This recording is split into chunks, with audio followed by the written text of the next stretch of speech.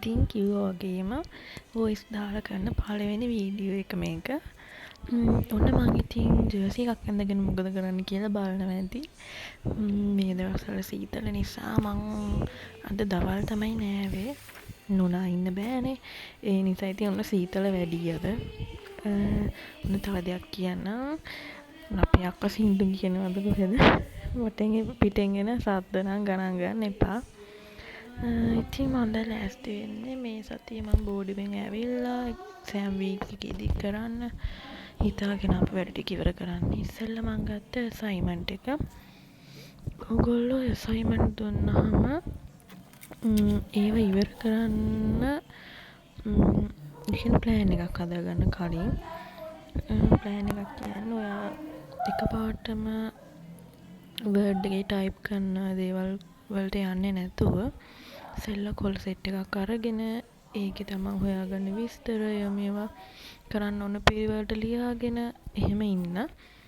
ඒක ඇත්තටම ගොඩක් ලේසි. මොකද මේ නැත්තම් අන්තිම වෙනකම්ම අපි ඉඳලා ඕක එකපාරට ටයිප් කරන්න යද්දී අපිට මොකක් හරි වැරද්දක් තිබ්බොත් අඩුපාඩුවක් තිබ්බොත් ඕවා හදන්නත් වෙලා යනවා. ඊට පස්සේ ජරමර ගොඩයි. ඒ නිසා වැඩ කවලම් කරගන්න නැතුව නීට් එකට ආසාවෙන් වැඩ කරන්න පුරුදු වෙන්න. ඉතින් අසයින්මන්ට් කරද්දී තව ටිප්ස් ටිකක් මම කියන්නම්. අසයින්මන්ට් එකක් කිව්වහම තනිකර අපි තනියෙන් කරන දෙයක්. කියන්නේ අපිට නිකන් සෙල්ෆ් ස්ටඩි එකක් වගේ තමයි ඒක. සෙල්ෆ් ස්ටඩි එකක් කියන්නේ අපි තනියෙන් විස්තර හොයලා ඒ ගැන ස්ටඩි කරලා ලියලා අතිනුත් ලියලා කනිනුත් අහලා කරන කියන්නේ සම්පූර්ණ ස්ටඩි එකක්. ඒක ඔයගොල්ලෝ කලින් ප්ලෑන් කරලා මිසක් අන්තිම මොහොතේ ඩෙඩ්ලයින් එකක් තියාගෙන එහෙම කරන්න එපා. ඩෙඩ්ලයින් එක දවසටම සබ්මිට් කරන්න ඉන්න නම් එපා. මොකද ඔළුව අවුල් වෙලා ඒ කරන දේනොත් ඇත්තටම මේ කරන ස්ටඩි එකනොත් ඔයගොල්ලන්ට වැඩක් නැති වෙනවා. කලබලේ ටක් ගාලා කරත් එහෙම. ඒකයි මං කිව්වාට ප්ලෑන් එකක් හදාගෙන ඉන්න කියලා කලින්. එතකොට ඔයාලට දැන් යුනිවර්සිටි එකකින් දෙනවා ඔයාලට ඩෙඩ්ලයින් එකක් මේ වෙද්දි තමයි ඔයාලා අසයින්මන්ට් එක සබ්මිට් කරන්න ඕනේ කියලා. සබ්මිට් කරන්න එන ඩෙඩ්ලයින් දවස හරි වෙලාව හරි ඔයාලා ඔළුවේ තියාගෙන ඒ දවස වෙද්දි ඔයගොල්ලෝ කරන්න ඕන වැඩ පිළිවෙල ඔළුවේ මයින්ඩ් එකක් ඔළුවේ ඔයගොල්ලෝ මයින්ඩ් ගැප් මොකක් හරි පිටමුකෝ මයින්ඩ් ප්ලෑන් එකක් කියලා මයින්ඩ් ප්ලෑන් එකක් හදාගෙන හරි ලියලා හරි ඔයගොල්ලෝ ඉස්සෙල්ලා ඒකට රෙඩි වෙන්න. ඊට පස්සේ ඔයාලා එක රිෆරන්ස් හොයාගෙන සුදුසු ඒවා තෝරගෙන විස්තර හොයලා ලියාගෙන පිළිවෙලකට හදාගෙන ඒව කරන්න ටයිම් තියාගන්න. ඒකත් කරන්න ඔයගොල්ලෝ ප්ලෑන් එක තියාගන්න. මම මේ දවසේ වෙනකොට මේක කරනවා. දැන් ඔන්න උදාහරණයකට ගත්තොත් මට අසයින්මන්ට් එක සබ්මිට් කරන්න තියෙන්නේ හරියටම 16 වෙනිදා. 16 වෙනිදා රෑ 11:59ට කලින් තමයි අපි සබ්මිට් කරන්න ඕනේ. ඒ වුණාට මම හිතුවා මම කොහොම හරි 14 වෙනිදා අසයින්මන්ට් එක සබ්මිට් කරනවා. මොකද ඔයගොල්ලෝ දන්නවා ප්ලේගියරිසම් කියලා. ප්ලේගියරිසම් කියන්නේ අපි කරන අසයින්මන්ට් එකක මොනවා හරි කොපිරයිට්ස් තියෙනවා නම් අපි එහෙම් පිටින්ම ලියපුවා තියෙනවා නම් පොත් වලින් අරගෙන ඒවා කියන්නේ ප්‍රසන්ටේජ් එකක් විදිහට අපිට පෙන්නනවා. ඒක තමයි ප්ලේගියරිසම් කියන්නේ. ඒ පෙන්නන ප්‍රසන්ටේජ් එක දැන් වැඩි නම් අපිට අපේ අසයින්මන්ට් එකේ අපි කොපි කරලා කොහෙන් හරි කොපි පේස්ට් කරපු ප්‍රමාණය වැඩි. ඒක සමාන දෙයක් ඒ කියන්නේ වෙන පොතකින් අපි ගත්ත ප්‍රමාණය වැඩි. එහෙමනම් අපිට ඒක හදා ගන්න එඩිට් කරගන්නත් වෙලාව තියෙන්න ඕනේ. අන්තිම මොහොතේ අන්තිම පැයේ කරලා ඕක කරන්න හරි අමාරුයි. ඒක හරි ස්ට්‍රෙස්ෆුල්. ඒ නිසා ඔයාලා කලින්ම ওই ටික හදාගෙන දවස් දෙකකටවත් කලින් අඩු ගානේ සබ්මිට් කරලා ඔයගොල්ලෝ ඒව බලා ගන්න ඔයාලගේ වැරදි මොනවද තියෙන්නේ කියලා. ඒක තමයි හොඳම ක්‍රමය මම හිතන විදිහට අසයින්මන්ට්ස් වලට.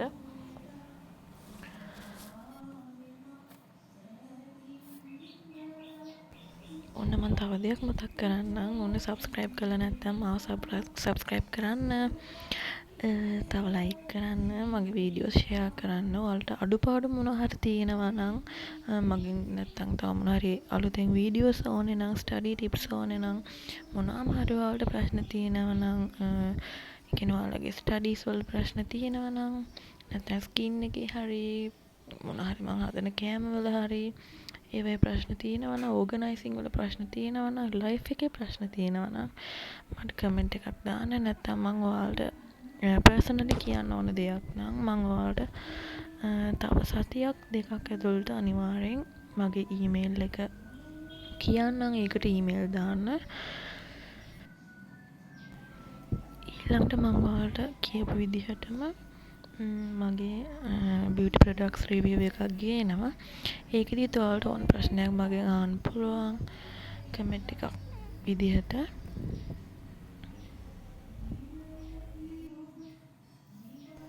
ඉතින් මේ හැමදේම කියන්නේ ස්ටඩීස් වලදී තනිකරම තියෙන්නේ අපේ ටයිම් මැනේජ්මන්ට්. ටයිම් මැනේජ්මන්ට් කියන්නේ හරිම වැදගත් දෙයක්. අපි ඔළුවෙන් වුණත්, අපි ලියලා කරා වුණත්, කොහොම වුණත් අපි ඔළුවේ ටයිම් මැනේජ්මන්ට් එකක් තියෙන්න ඕනේ. මෙන්න මේ දවස්වල මම මේ ටික ඉවර කරනවා. මේ දවස්වලට මේ පාඩම් කොටස බලලා ඉවර කරනවා. මේ වැඩ ටික මේ වෙද්දි මම ඉවර කරන්න ඕනේ කියන දේ අපි ඔළුවේ තියෙන්න ඕනේ. එතකොට අපිට දවස ප්‍රොඩක්ටිව් විදියට ගත කරන්න පුළුවන්. ඔන්න ඉතින් අම්මා මට තේ එකක් ගෙනත් දුන්නා. තේ කියන්නේ මම කිරිපිටි බොන්නේ නැහැ. මම ප්ලේන් ටී තමයි ඉතින් බොන්නේ. ඉස්සර පොඩි කාලේ ඉඳන් මෙහෙම තමයි. කොණ්ඩේ තාම තෙතයි. වේලෙන්නේ සීතල නිසා. මේකත් එක විදිහකට ඇත්තටම ඉන්ට්‍රෙස්ටිං.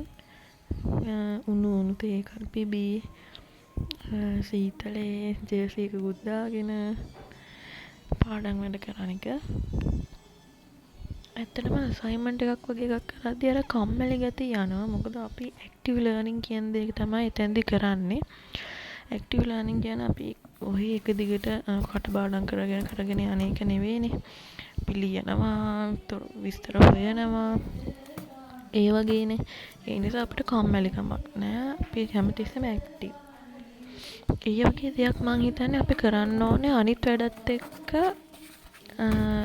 එකතු කරගෙන. ඒ කියන්නේ මෙහෙමයි. අපි හිතමුකෝ ඕගොල්ලන්ට තියෙනවා අසයින්මන්ට් එක්කම තව පාඩම් කරන්න දේවලුත්. ඒවා කරන්න ඕනේ. පාඩම් කරන දේවල් අතර මැද්දට අසයින්මන්ට් එක කරන්න. ඔයාලට කම්මැලි වෙලාවට ඕනේ අසයින්මන්ට් එක ගන්න, ටිකක් කරන්න. ඊට පස්සේ ආයෙ පාඩම් කරන්න. ඊට පස්සේ පාඩම් කරන එක ඇති වුණාම ආයෙ අසයින්මන්ට් එක වගේ ඇක්ටිව් ලර්නින් එකකට යන්න. පාඩම් කරනකොට උනත් නිකන් පොත බලාගෙන ඉන්න එපා. ඒක ඇත්තටම ප්‍රොඩක්ටිව් නැහැ. ඒ කියන්නේ අපේ මොළයට යන ප්‍රමාණය ඇත්තටම අඩුයි. එහෙම කරද්දී අපි නිකන් පොත දිහා බලන් ඉන්නකොට ඔගොල්ලෝ ෂෝට් නෝට් හදන්න, ප්‍රශ්න හදන්න. මම ඔයාලට ඉස්සරහට කියලා දෙන්නම් මම ප්‍රශ්න හදපු විදිහ. ඇත්තටම ඒකත් හොඳ ක්‍රමයක්. ෂෝට් නෝට් වගේම තමයි, ෂෝට් නෝට් එකක්ම තමයි ඒකත්. ඒත් අපි කරුණු ලිවීමක් නෙවෙයි කරන්නේ. ඒකෙදි අපි කරන්නේ ප්‍රශ්න හදන එක. හැම පොයින්ට් එකක් අහුවෙන්නම ප්‍රශ්න හදනවා. අපේ අක්කා සින්දු කියනවා මටෙන් ඇහෙනවා ඇති ඔයාලට. ඒක නම් ගණන් ගන්න බෑ. යට පකියට අහන්නේ. ඉතින් මේ වගේ වැඩ කරද්දී එපා වෙන වෙලාවල් එනවා. හැබැයි ඕගොල්ලෝ ඒ දේ කරන්නේ ආසාවෙන් නම් ඒකට ඔයාලට මෙහෙම ප්ලෑන් එකක් තියෙනවා නම් මම මෙහෙම කරනවා, මෙහෙම මේ දේ කරන්න ඕනේ කියලා ඔයාලා අනිවාර්යයෙන් ඒක කරනවා. මොන දේ වුණත්, කරුවල වුණත්, සීතල වුණත්, රස්නේ වුණත්, එපා වුණත් ඕගොල්ලන්ට උවමනා තියෙනවා නම් ඕගොල්ලෝ අනිවාර්යයෙන් ඒක කරනවා. ඔයාලා ගොඩ දෙනෙක්ගේ ජීවිතේ ටර්නින් පොයින්ට් එක A levels. හැබැයි මගේ එක හත්පසින් වෙනස්. මගේ ජීවිතේ ටර්නින් පොයින්ට් එක A levels නෙවෙයි. මොකද A levels වලදී මම වැඩ කරපු කෙනෙක් නෙවෙයි. මහ ගොඩක් වැඩ කරේ නැහැ මම. හරිම කම්මැලි ගාන මට තිබ්බ ප්‍රශ්න ඒවත් එක්ක ඇත්තටම මගේ ජීවිතේ ටර්නින් පොයින්ට් එක උනේ මේ යුනිවර්සිටි එක. සිටි එකට ආවෙන් පස්සේ තමයි මං හරියට වැඩ කරන්න ගත්තේ. මං කරවලෙත් වැඩ කරන්න ගත්තා. ගොඩක් මහන්සි වෙන්න ගත්තේ. ඇත්තටම මේකට ආවෙන් පස්සේ එක කෙනාගේ විදිහට තමයි. ඉතින් ගොඩාක් අයගේ 98%ක්ම ජීවිතේ ටර්නින් පොයින්ට් එක A levels තමයි. ඔන්න ඉතින් දැන් කරන්ට් එක ගිහලා තින්නේ. උනාට ඉතින් මගේ ඔළුවේ තියෙන නිසා මේක ඉවර කරගන්න ඕන කියලා මම ඔන්න වැඩ පටන් ගත්ත කරවලෙත්. මම මේ කරන්නේ ප්‍රශ්න හදපුවා බල ආයෙත් ඉතුරු පොයින්ට්ස් අහුවෙන විදිහට ප්‍රශ්න හදන එක. ඔයාලත් ඒ ක්‍රමේ කරලා බලන්න. ඇත්තටම ගොඩක් ප්‍රොඩක්ටිව් එක. හැම පොයින්ට් එකක්ම අහුවෙන විදිහට ප්‍රශ්නයක් හැදෙනවා කියන්නේ.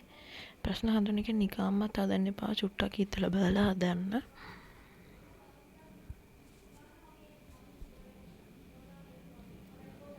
ඔන්න ඉතින් මම මේ ඉස්සරහින් පත්තු කරන් ඉන්නේ ටෝච් එක.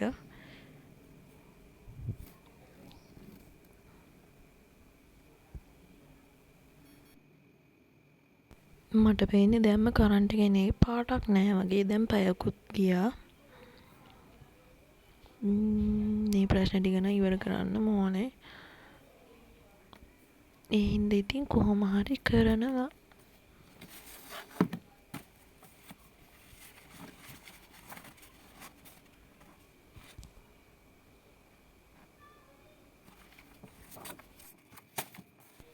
ඔන්න ඔයාලට මොනවා හරි ඕනම් ප්‍රශ්නයක් තියෙනවා මට කියන්න. කමෙන්ට් එකකින් කියන්න. මම රිප්ලයි කරන්නම් මට පුළුවන් වෙලාවට. ඔන්න ඉතින් සබ්ස්ක්‍රයිබ් කරලා නැත්නම් උන ආයෙ මතක් කරනවා සබ්ස්ක්‍රයිබ් කරන්න. දැන් නම් ඉතින් බඩගිනි වේගෙන එන්නේ. දැන් මං හිතන්නේ රෑ 8:00 විතර ඇති.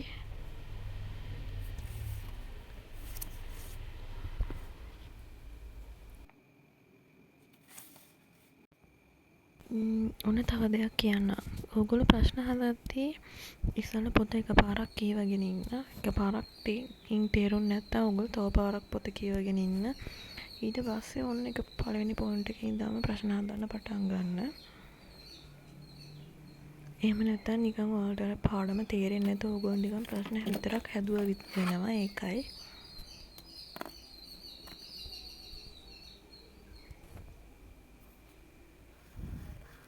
කියවලා නෝට් එකේ ප්‍රධාන ඕනම තැන් හයිලයිට් කරගන්න. අන්තිමට තමයි ඔයගොල්ලෝ ප්‍රශ්න හදන්න ඕනේ. ඒ කියන්නේ පාඩමේ මේන් අයිඩියා එක ඔයගොල්ලන්ගේ ඔළුවට දාගෙන ප්‍රශ්න හදන්න පටන් ගන්න.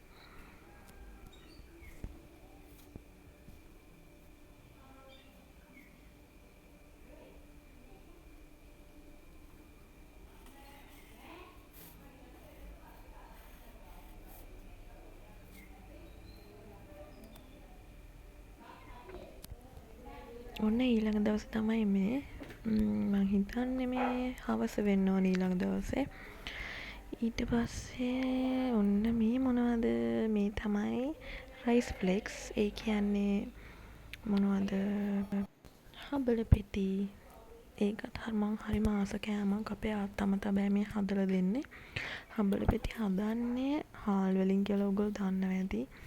හාල් තම්බලා ඒක කියන්නේ අර ෆ්ලැට් වෙන්න තලලා වේලලා තමයි මං හිතන විදියට ඔක හදන්නේ.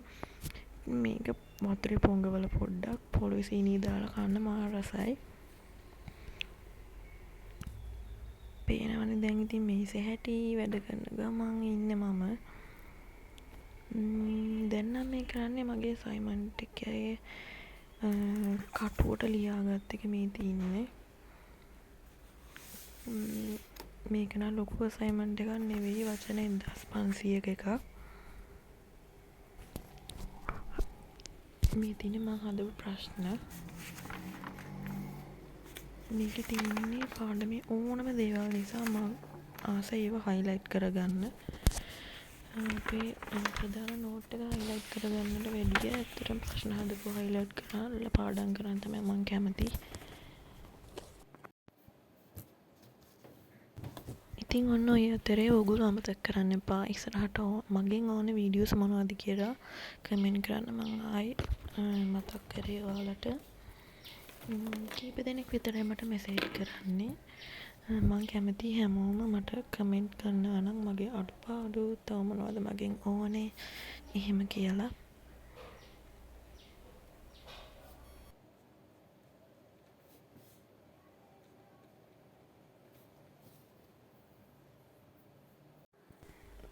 ඔන්න ඉතින් පළවෙනි පාඩමේ ප්‍රශ්න හන්දල ඉවර වෙලා ඔන්න මම දෙවෙනි පාඩමට ආවා. මට පළවෙනි පාඩමේ අන්තිම ප්‍රශ්න ටික විතරයි හදන්න තිබ්බේ. ඔන්න ඉතින් ඊට පස්සේ ඒකත් ඉක්මනට ඉවර කරලා දෙවෙනි පාඩමේ ප්‍රශ්න හදන්න පටන් ගත්තා.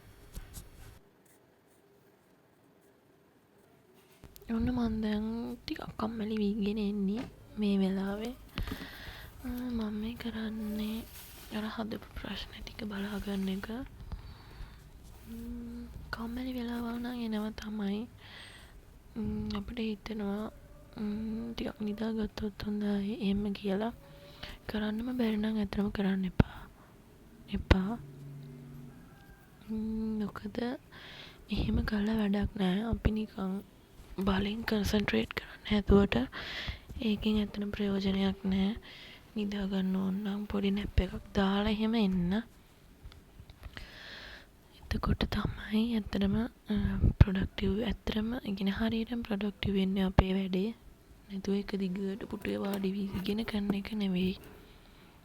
ඇත්තටම කිව්වොත් අපේ මයින්ඩ් එකට කන්සන්ට්‍රේට් කරන්න පුළුවන් උපරිම සීමාව කියලා සයන්ටිෆිකලි ඔප්පු කරලා තියෙන්නේ පැය භාගයක් පැයක් වගේ. ඇත්තට මේ වෙලාවෙන් පස්සේ අපි ඉගෙන පාඩම් කරන එක කරන්නේ උමනාවකින් නෙවෙයි පා වෙලා කරන්නේ. ඉතින් අපි ටිකක් ආසාවෙන්ම කරනවා නම් ඇක්ටිව් ලර්නින් එකක් නම් කරන්නේ ඔන්න ටිකක් ෂේප්. හැබැයි අපි කරන්නේ පාඩම් කරන දෙයක් නම් තනිකරම ඒක ඇත්තටම එක දිගට කරන්න එපා වෙනවා. ඒ නිසා ඔන්න ඔයාලා පොඩි බ්‍රේක්ස් අරගෙන පොඩි නැප්ස් අරගෙන කරන්න පුරුදු වෙන්න. ඔන්න ඉතින් අපේ චූටි කුකුත් ඇවිල්ලා එයා ඉතින් ඉස්සර පොඩි කාලේ ඉඳන්ම මම පාඩම් කරද්දි මේසට ඇවිල්ලා ඉන්නවා. ඇත්තටම මං හරි ආසයි යාළුවෝ වෘතල් කරන්න, යාළුවොත් එක්ක කතා කරන්න. ඇත්තටම ඔයාලා සතෙක් ඇති කරනවා නම් ඇත්තටම ඔයාලගේ ස්ට්‍රෙස් රිලීෆ් එකක් විදිහට ඔයාලට ඒක පාවිච්චි කරන්න පුළුවන්. මේ බිස්කට් ටිකකුත් තියාගත්තා. එතන මම පාඩම් ගන්නේ මාන බඩගින්නක් ඉන්නේ. බිස්කට් පැකට් එකක් තිබ්බනම් දන්නේම නැතුව ඉවර වෙනවා. ඔයාලටත් එහෙම වෙන්න ඕනේ.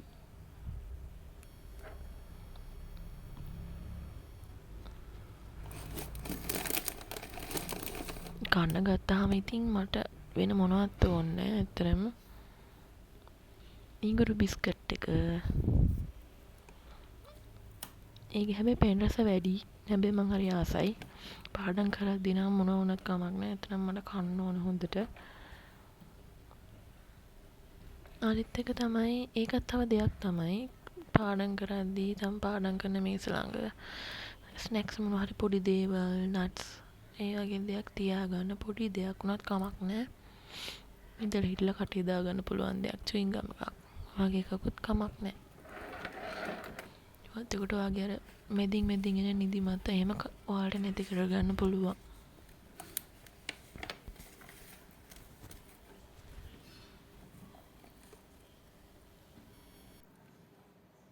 ඔන්න ඉතින් දන්නේම නැතුව එක්සෑම් එක තියෙන දවසට කලින් දවස වෙන්නත් ආවා. ඉතින් එහෙනම් මට යන්න වෙලාවත් හරි. ඉතින් මට වොයිස් වලින් වීඩියෝස් කරන්න කියලා ඉල්ලපු නංගිලා හැමෝටම ගොඩක් thank you. ඇත්තටම වොයිස් වලින් වීඩියෝස් කරන එක තමයි ගොඩක් හොඳ. ඔයාලට කම්මැලි නැහැ එතකොට මං කියන දේත් පැහැදිලි. එහෙනම් ඉතින් අලුත් වීඩියෝ එකකින් හම්බෙනකම් ඔයාලා පරිස්සමෙන් ඉන්න. මේ වීඩියෝස් ඕන මොනවද කියලාත් කමෙන්ට් කරන් යන්න. අද වීඩියෝ එක ගැනත් කමෙන්ට් එකක් දෙන්න. එහෙනම් ගිහලා එන්නම්.